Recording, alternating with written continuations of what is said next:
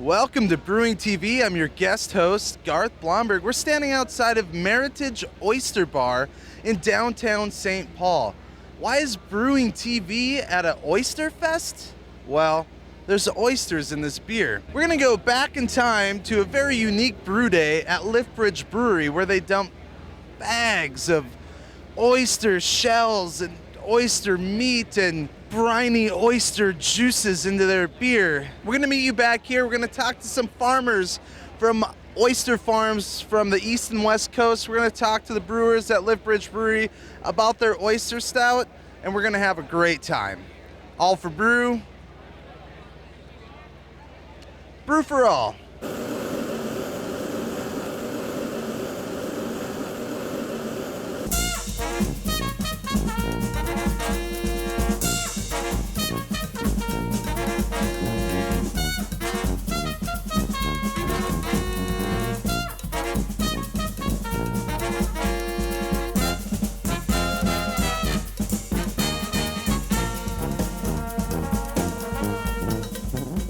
This day looks like the beginning of most brew days at Lift Bridge Brewing Company. The guys are hard at work mashing in for the first of two batches. In this case, it's the brewery's first ever stout. That in itself is pretty cool. But that's not the point of this story. It's what they're going to do to this stout that caught our attention. For this brew shall become an Oyster Stout. Kind of the idea behind it was to use the oysters kind of in place or in addition to hops. So this is our triple oystered stout. Idea was to make kind of a stout on the drier side, but incorporate a little bit of oatmeal. So it's kind of a hybrid style. I think the oats will give it kind of an oiliness, creaminess that should pair well with the oysters. I think we're kind of on the heavier side as far as oyster additions go, as far as this style, whatever you want to call it. So we've got about four or five bushels of shells. We'll be putting in 4 gallons or so of shucked oysters and brine. We're also going to be putting in some whole oysters that they're working on cleaning over there. We'll put those in and they should open up as well. About the time that stouts came into popularity, there was an abundance of oysters, and they found that the original oyster stouts, from what I've read or what I gather, weren't brewed with oysters, but were served as a pairing.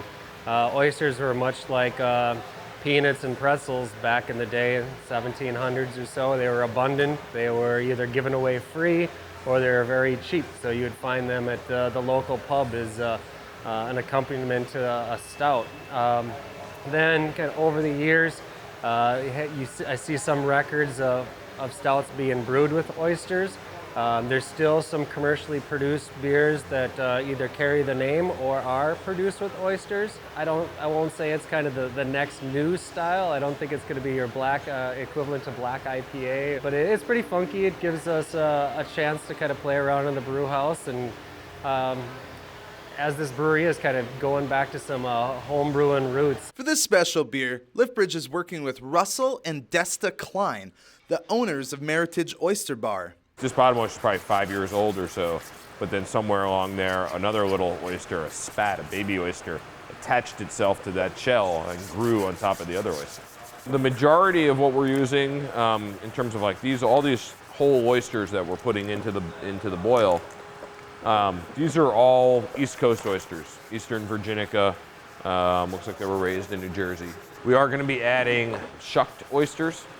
And they're a pretty common product. You know, chefs use them in oyster stews and chowders and stuff like that. And those oysters tend to be from the West Coast. And so the ones that we're using today are from the West Coast, from Washington State. Got to find the hinge, work the tip of your knife in and twist, and then it pops open. Scrape along the top side, release that top muscle off the abductor there, and then release the bottom muscle. And you got a beautiful oyster. What really makes an oyster different is sort of the nautical equivalent of terroir, the French idea with wine, that wine tastes of the land that the grapes are grown. Oysters are the same way. They taste of where they're grown. An oyster that's grown up in the cool, clean waters of Cape Cod or up in Nova Scotia or New Brunswick, Canada, and all those, they're going to take on those flavors. And some bays or inlets and stuff have more minerally elements to the water. Some of them have a lot of algae, and so you'll get a kind of a mossy flavor on the oyster. It's kind of a fun day to go and spend a day with an oyster farmer, It's out on the water. There's generally beer involved. Russell opened up his oyster bar last year and was looking to put together an oyster fest, and so he approached the brewery inquiring if we could do an oyster stout. I thought, I've heard of him. I haven't. It wasn't high on the bucket list as far as beers to brew, but I really enjoy stout, so I kind of saw as a unique pairing for his festival.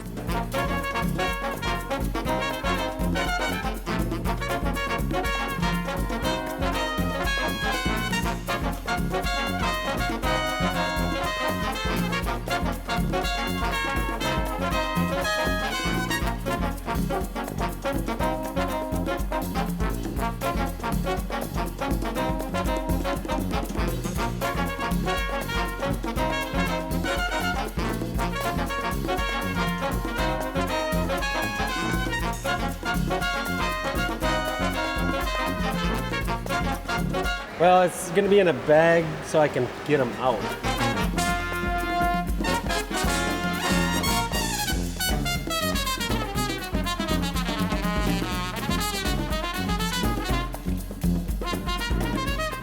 With the group here, we're going to kind of change things up for the first part of the brew, and we'll do some first wort hopping or some first wort oystering before we get up to a boil. We're going to do all 4 dishes. This is not just triple oyster. This is quadruple quad oyster brewed. You want to throw them in? Want me to throw them in? That'd be great. All right. The moment it became an oyster stout, huh? All right. All right, oyster shells going in. Oh, they sink good. So we got our wort oystering done, and then we're kind of waiting for this to come up to a boil. Be many more additions. That's gonna be cool. It's really interesting though to see. You tell people about there is no kind of middle ground on it though. They're really super excited, or they're really suspicious. It's not gonna have a huge. It's not gonna taste like drinking an oyster, but it should complement an oyster pretty well because it's got so much oyster in it.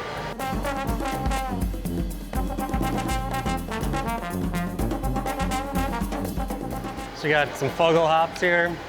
So I'll do 3 hoppings, just as I said earlier, single hop brew.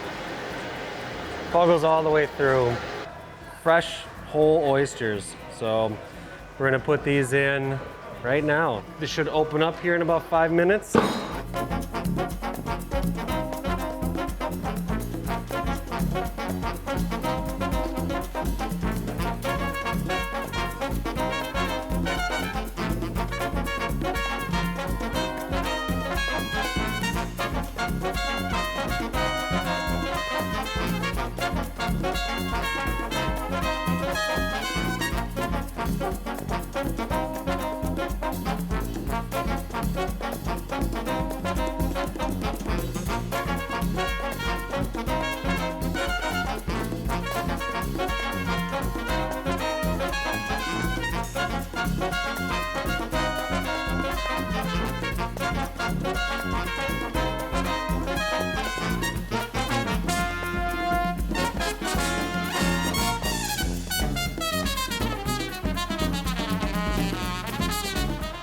Smells like the ocean, that's for sure. So this is the last oyster edition. These are whole shucked oysters, 16 pounds of them, and juice.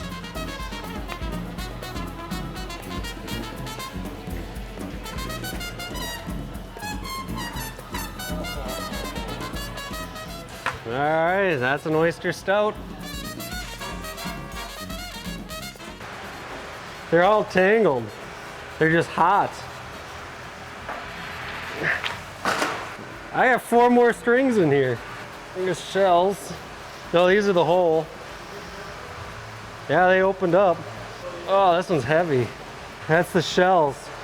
Definitely not the cleanest brew. Oh, look at that, it's a stouty chowder. It's pretty dark. It smells stouty. It's sweet. Yeah, I've got some mineral in there too. I wouldn't say it tastes like an oyster. I've got pretty high hopes for it. So here it is before it goes into the fermenter. Check back 21 days or so and we'll see you down at Oyster Fest. Cheers.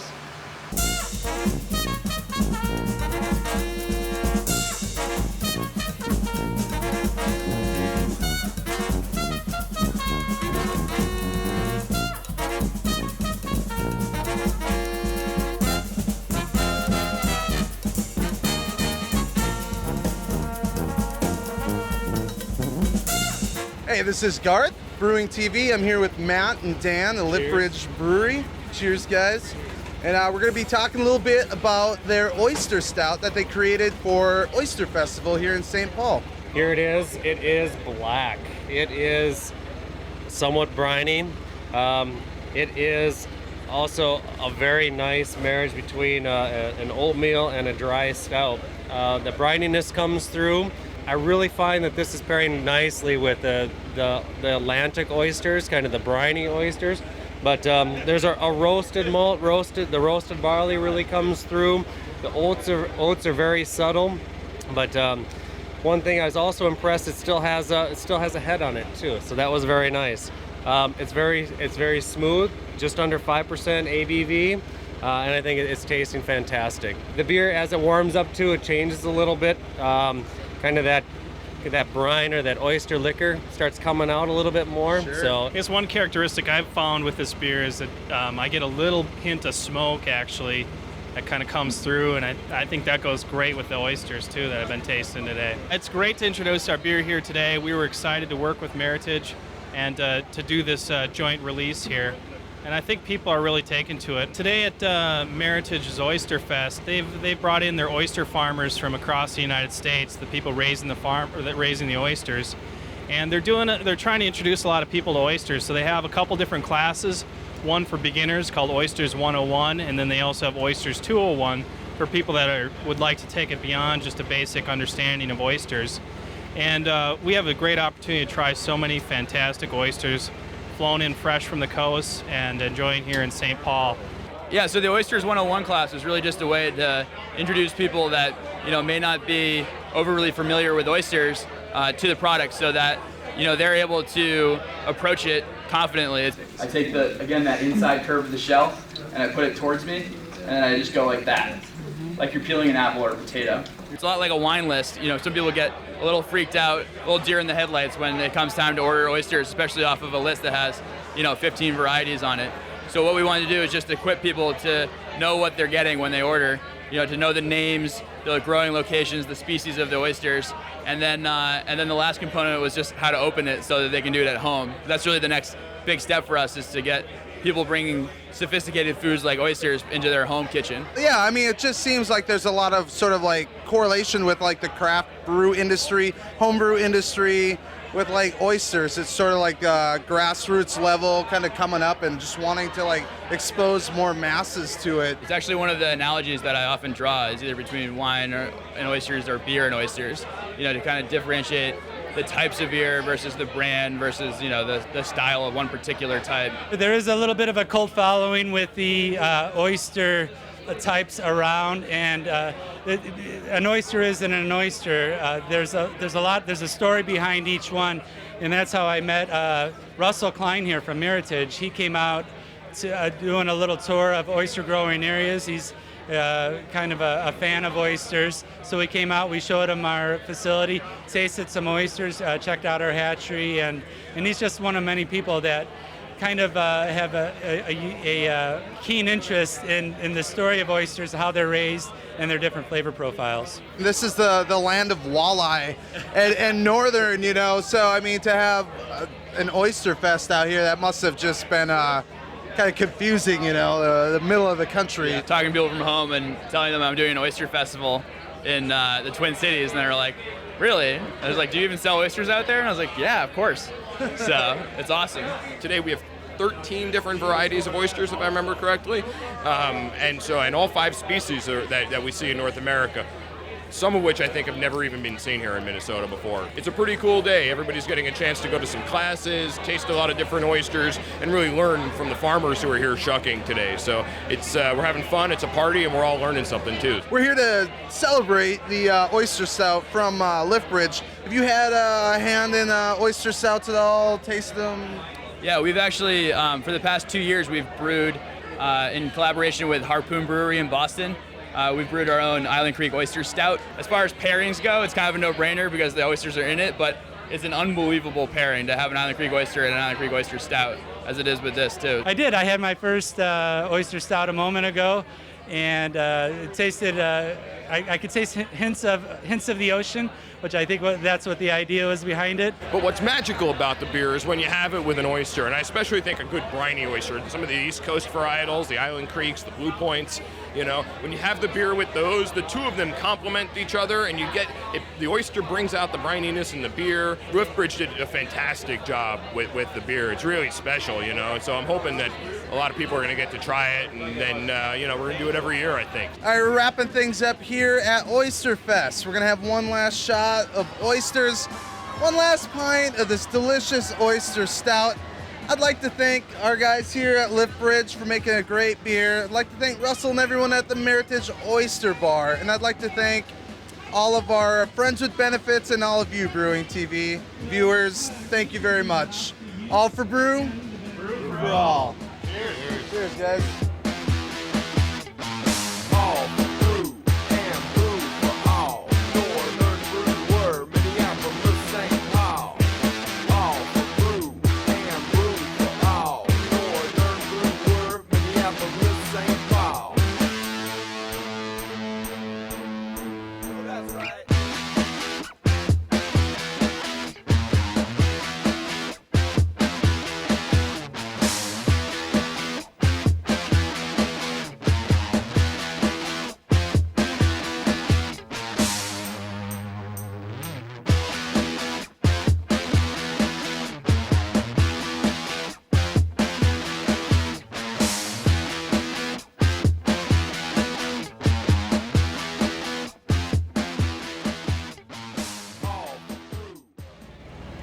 Oh, I start talking right now. Welcome to Brewing TV. I'm your guest host, Garth Blomberg, for this week. You may have had beers with different varieties of hops, malt, where they dump bags of oysters and shells and the meat into their delicious stout. Why? To make it more delicious. Come on. And we're gonna talk. We're gonna meet back up here. Brew for all. All for brew. Reversed it. Yeah. Did I say brew for all? Oh, Yeah. I knew we'd have to do it a couple times.